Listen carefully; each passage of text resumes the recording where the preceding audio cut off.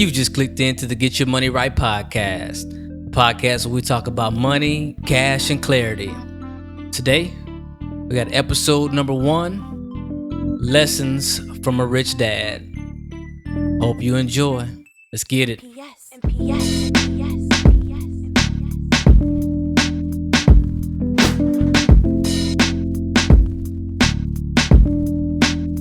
I said we're talking about money, cash.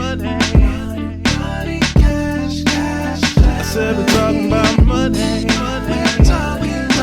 cash, clarity. What's the good news, people? It's me, the Money Misfit, your host, back for another episode of Get Your Money Right. And today, I'm excited about this one because today I'm going to be sharing with you some lessons from a book that literally broke the back on my old thoughts that I had about money. It was this book that actually got me to reading books again, right? Because, let's face it, high school, middle school, I wasn't a reader. Right? I couldn't stand reading books. But it was this one that really changed the trajectory, my mindset around money. And I'm going to do something that I'm probably not going to do again. I'm actually going to read you an entire chapter from this book and then go over some of the just a few of the biggest lessons from this book. But even though I do that, I'm going to encourage you to make sure you go out and get this book. Buy it, get it from your library, whatever you got to do. But I want to get this book. But the title of the book is Rich Dad, Poor Dad. What the rich teach their kids about money that the poor middle class do not. And it's by Robert Kiyosaki and co-authored with Sharon Letcher, who's a CPA. But those of you who have read this book, you know what I'm talking about. But if it's been several years or even several months since you've read this book, I'm going to encourage you to go back and read it again. And maybe it'd be something that you keep in your rotation like all the time, because there's so many nuggets in this book that every time I go back in it, I learn something new. But because of time, I'm going to go ahead and get into it. And like I said, I'm going to read you this first chapter.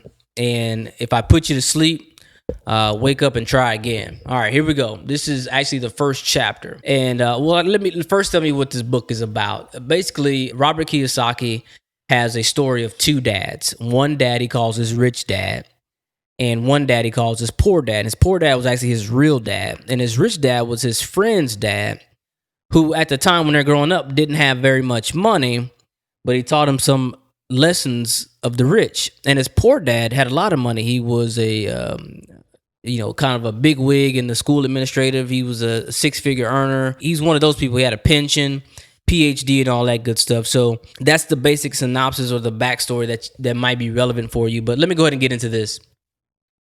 Rich Dad, Poor Dad is narrated by Robert Kiyosaki. This is chapter 1.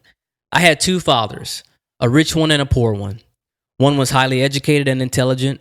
He had a PhD and completed 4 years of undergraduate work in less than 2 years. He then went on to Stanford University, the University of Chicago, and Northwestern University to do his advanced studies, all on full financial scholarships. The other father never finished the 8th grade. Both men were successful in their careers, working hard all their lives. Both earned substantial incomes, yet one struggled financially all his life. The other would become one of the richest men in Hawaii. One died, leaving tens of millions of dollars to his family, charities, and his church. The other left bills to be paid. Both men were strong, charismatic, and influential. Both men offered me advice, but they did not advise the same things. Both men believed strongly in education, but did not recommend the same course of study. If I had only one dad, I would have had to accept or reject his advice. Having 2 dads advising me offered me the choice of contrasting points of view, one of a rich man and one of a poor man.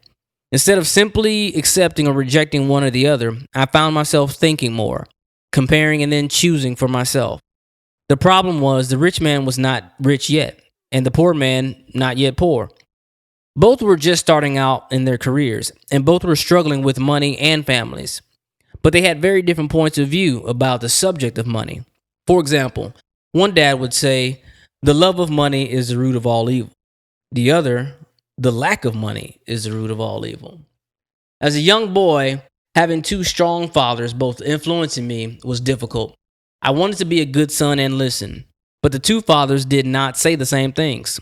The contrast in their points of view, particularly where money was concerned, was so extreme that I grew curious was so extreme that I grew curious and intrigued.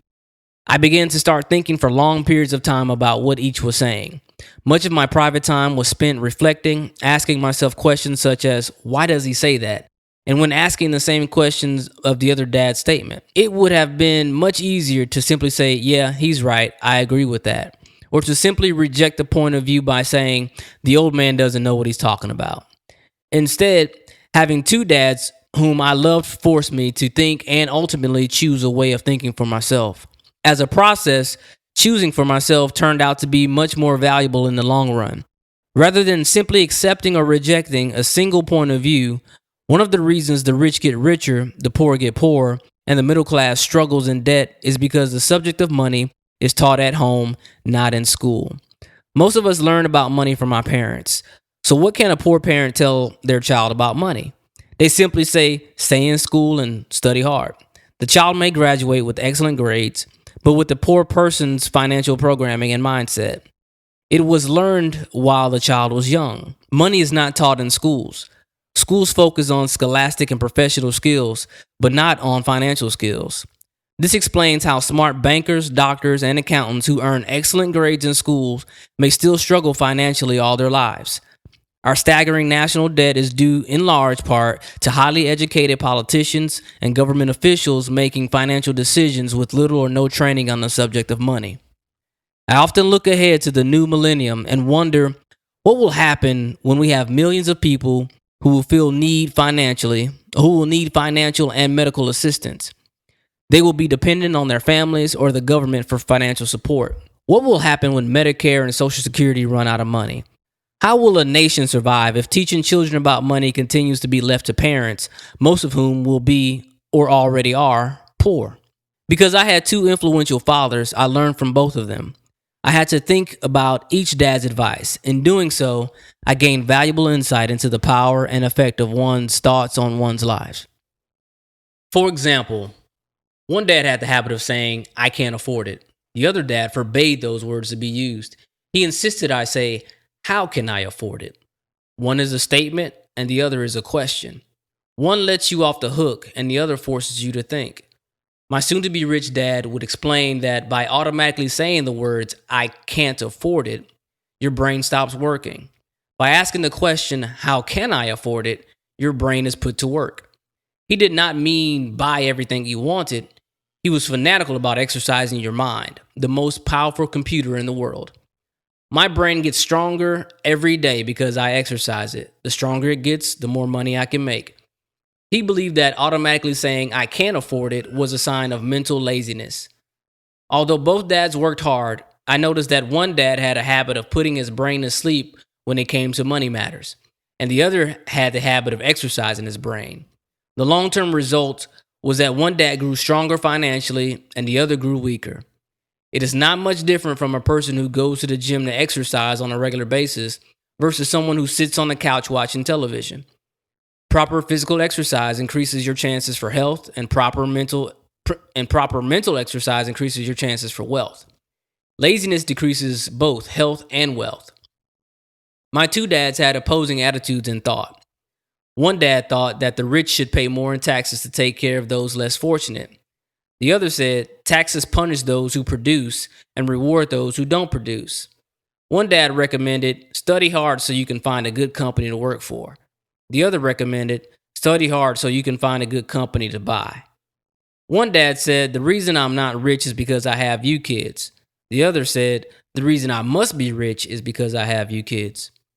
One encouraged talking about money and business at the dinner table. The other forbade the subject of money to be discussed over a meal. One said, when it comes to money, play it safe, don't take risk. The other said, learn to manage risk. One believed our home is our largest investment and our greatest asset. The other believed my house is a liability, and if your house is your largest investment, you're in trouble. Both dads paid their bills on time. Yet one paid his bills first while the other paid his bills last. One dad believed in a company or the government taking care of you and your needs. He was always concerned about pay raises, retirement plans, medical benefits, sick leave, vacation days, and other perks. He was impressed with two of his uncles who joined the military and earned a retirement and entitlement package for life after 20 years of active service. He loved the idea of medical benefits and PX privileges the military provides its retirees. He also loved the tenure system available through university. The idea of job protection for life and job benefits seemed more important at times than the job. He would often say, "I've worked hard for the government and I'm entitled to these benefits." The other believed in total financial self-reliance. He spoke out against the entitlement mentality and how it was creating weak and financially needy people. He was emphatic about being financially competent. One dad struggled to save a few dollars. The other simply created investments. One dad struggled to save a few dollars. The other simply created investments. One dad taught me how to write an impressive resume so I could find a good job. The other taught me how to write strong business and financial plans so I could create jobs. Being a product of two strong dads allowed me the luxury of observing the effects different thoughts have on one's life. I noticed that people really do shape their life through their thoughts. For example, my poor dad always said, "I'll never be rich," and that prophecy became reality. My rich dad, on the other hand, always referred to himself as rich.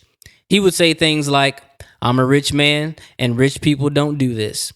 Even when he was flat broke after a major financial setback, he continued to refer to himself as a rich man. He would cover himself by saying, "There is a difference between poor and being broke. Broke is temporary, and poor is eternal." My poor dad would also say, "I'm not interested in money," or "money doesn't matter." My rich dad always said, "Money is power." The power of our thoughts may never be measured or appreciated, but it becomes obvious to me as a young boy to be aware of my thoughts and how I express myself. It became obvious to me as a young boy to be aware of my thoughts and how I express myself. I noticed my poor dad was poor, not because of the amount of money he earned, which was significant, but because of his thoughts and actions. As a young boy, having two fathers, I became acutely aware of being careful which thoughts I chose to adopt as my own. Whom should I listen to? My rich dad or my poor dad? Although both men had tremendous respect for education and learning, they disagreed on what they thought was important to learn. One wanted me to study hard, earn a degree, and get a good job to work for money. He wanted me to study to become a professional, an attorney or an accountant, or to go to business school for my MBA. The other encouraged me to study to be rich, to understand how money works, and to learn how to have it work for me. "I don't work for money," were the words he would repeat over and over. "Money works for me." At the age of 9, I decided to listen to and learn from my rich dad about money. In doing so, I chose not to listen to my poor dad, even though he was the one with all the college degrees. And there you have it. That's chapter 1. Matter of fact, that's really not even a whole chapter 1. That's like 4 pages of this entire book. If you didn't get it all, I recommend you go back and listen to that part. I mean, there were so many nuggets and so many pieces of wisdom in there. It's really easy to kind of look over it, especially if it's your first time even hearing any of this stuff. So now what I want to do is go over a few of the main lessons that are kind of covered in this book that I took from it, and then we'll close out. And just real quick, the first one is that what I learned about what the difference between rich and poor people is, and even middle class, is that the rich don't work for money, right? And when I first heard that, I was like, well, what you mean rich don't work for money? They're rich people. Of course they work for money. If they didn't work for money, they wouldn't be rich, right? But that's my limited thinking. Actually, the rich don't work for money. They work to have money work for them.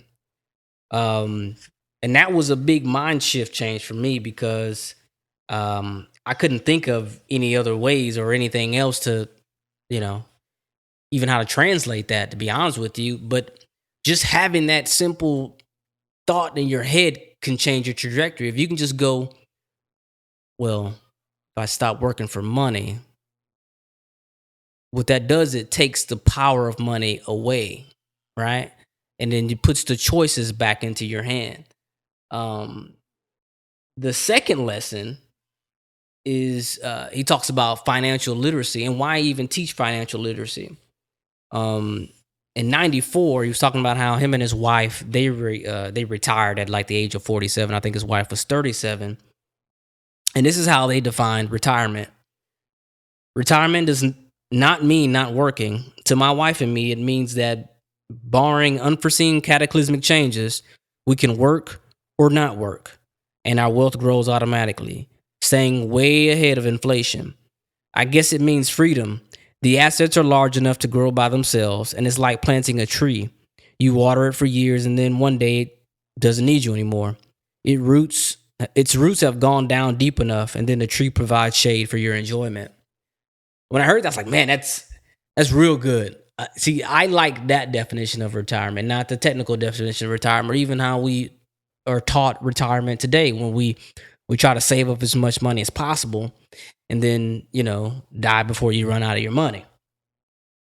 But he goes on to say this, and I thought this was a really good lesson and very relevant. Even if you think about when this book was published in 97, all right? And think about the things you heard in that first chapter about how he's kind of afraid of the new millennium and how he may be afraid that more and more people become financially dependent on the system and healthcare and all that good stuff. And, of course, we're already there and we're heading that way. And it's not getting any easier. It won't get any easier, guys, unless we take control of it ourselves, unless we get our money right, like literally. And that's one of the reasons why I decided to do this podcast. But real quick, he says that here, I'm concerned that too many people are focused too much on money and not their greatest wealth, which is their education. If people are prepared to be flexible, keep an open mind, and learn, they will grow richer and richer through the changes. If they think money will solve problems, I'm afraid those people will have a rough ride. Intelligence solves problems and produces money. Money without financial intelligence is money soon gone. Most people fail to realize that in life, it's not how much money you make, it's how much money you can keep. And that's real strong. That's something that I keep at the top of mind all the time. It's not how much I can make, not how much I can earn, but how much can I keep? And not in a way that it's fearful, that I'm so afraid of losing money, or that I'm so greedy that I hold on every little bit. We give a lot. And I encourage everybody to give a lot. But it's important to understand these simple processes around education of your financial literacy. And when I say financial literacy, and it's not even necessarily like knowing what a stock is, what a bond is, what a 401k or IRA. Those are technical things. But if you don't know how to apply those things to your life and your overall purpose, we kind of get thrown off. We get bamboozled. We get sold down the river, and we get tricked easily. He goes on to talk about probably the most important rule in financial literacy, and that's understanding the difference between an asset and a liability. And understand that to get ahead, to build generational wealth, you have to get to the point to where you're purchasing assets. Now, this book at the time caused a lot of ruckus because he challenged the notion that your house was an asset.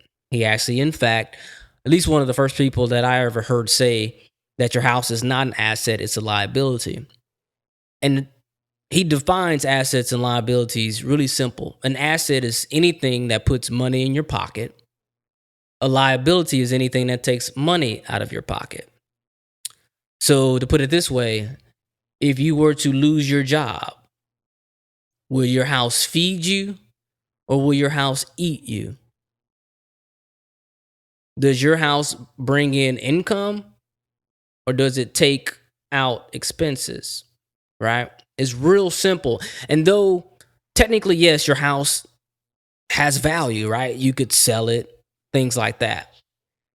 But it's not bringing money in. And if everybody thought about that when it came to investing, that if it's not bringing me money in, if it's not getting me income, because that's what we really want, right? We want income. If we're not giving us income, it's probably not a good financial investment.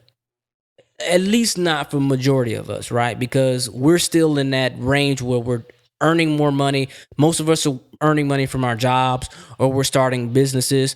We're not there. We haven't gotten to that point where we start transferring dollars into assets that are throwing off more dollars.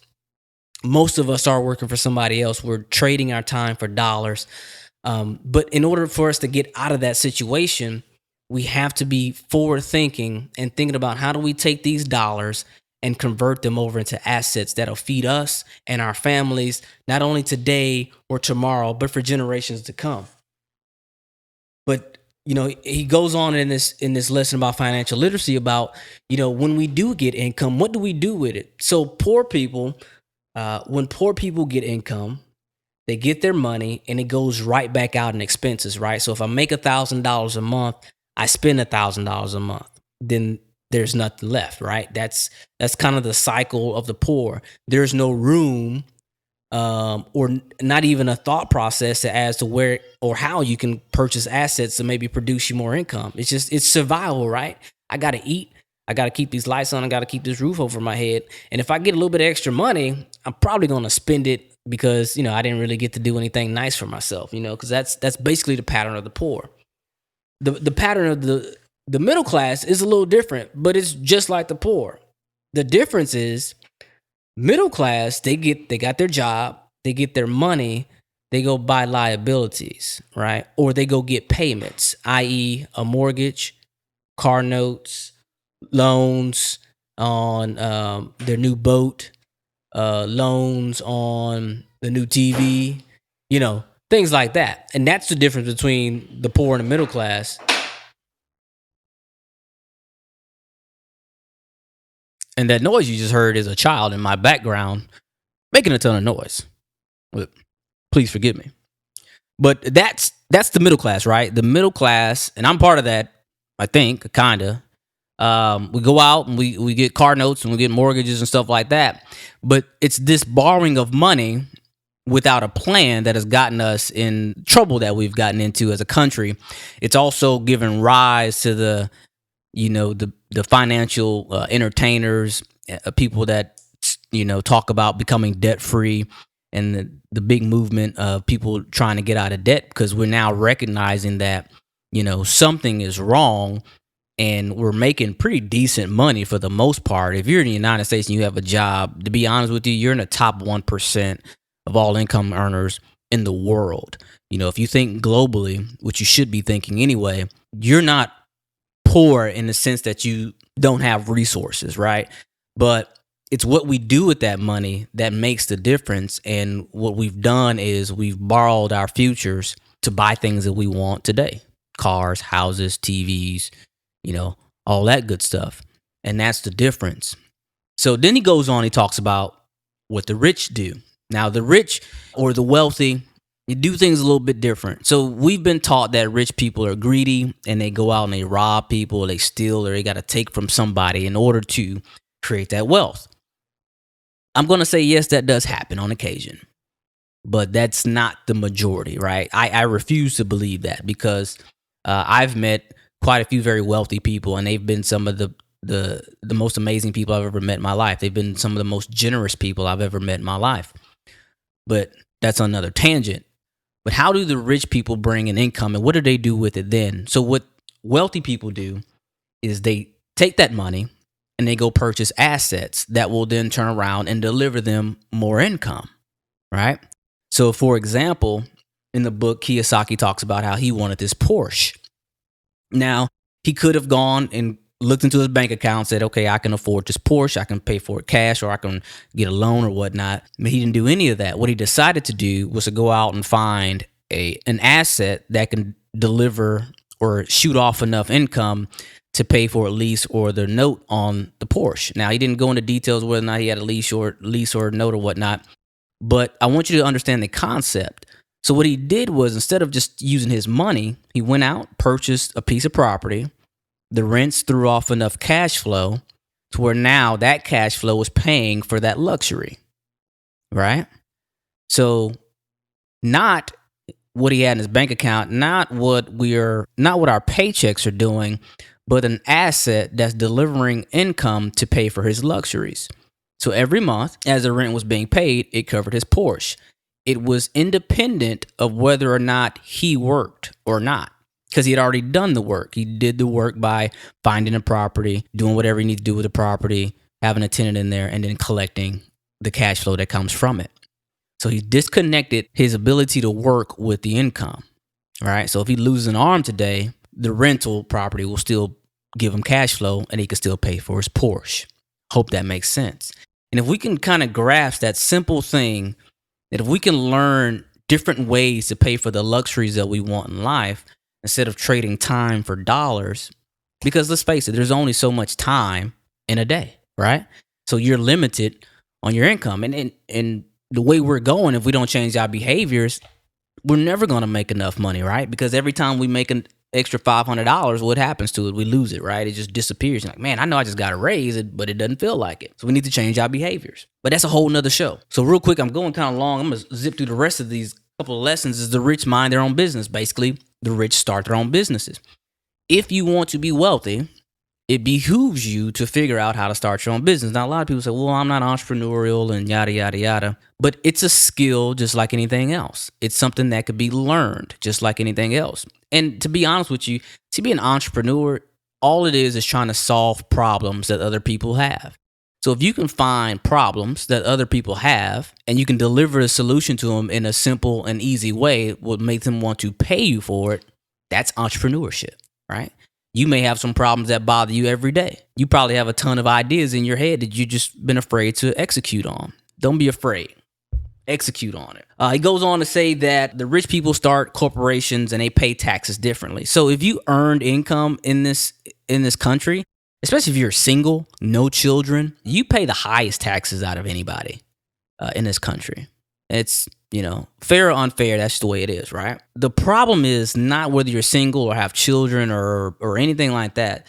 The problem is the people who work for corporations, we earn our money, we pay taxes on it, and then we get to spend what's left. Companies or corporations or businesses, they earn their money, they spend what they can, and then they pay taxes on what's left. It's subtle, but it's a huge difference. We'll dig into that a little bit later. He also says that the rich people, they invent money, right? So just to put it real simply, if you look at Beyonce, right? Beyonce at any time can invent money, right? All she has to do, which I know it's oversimplified, right? But if Beyonce needs some money, she just gets in the studio and puts out another album, right? Releases it. Boom. We gonna buy it, right? That's how she invents. That's how she creates her own money. That intellectual property is one of the best ways to create residual income and money out of thin air. And there's some other sophisticated ways to do that. But basically, you want to be able to get to the point to where you can educate yourself enough to where you can create money. And again, I think the biggest lesson is we have to start thinking how to create an income that doesn't require us to use our labor and use our back, our own muscles, our own energy. And I think we can do that. So, man, I've been talking for a long time. I hope this was helpful, right? I hope this was helpful. If you have not read this book, I really encourage you to go read it, right? I'll have a link to the book on Amazon in the show notes. If you go over to yourmoneyright.com, it's yourmoneyright.com. You can look over in the podcast section. You'll see the show, and I'll have some notes from the show there so you can kind of peruse. Send me an email, hit me up on Twitter, Facebook, whatever. Let me know what you think. I really want to know what you think and see if we're heading in the right direction. I want to know some things you guys want to cover, what do you want to talk about, so I can better serve you as best as possible. Of course, I have my own ideas, but I want this to be something that we can do and grow together. Especially you're listening to me now. It's early, and you're putting up with this. And I really do appreciate that. So that's it for the show. And remember, I truly believe we're not good with money because we don't talk about money. It's time to change that. Thank you so much. Remember to subscribe, leave a rating and review, and we'll talk to you next time. God bless. I said we're talking about money.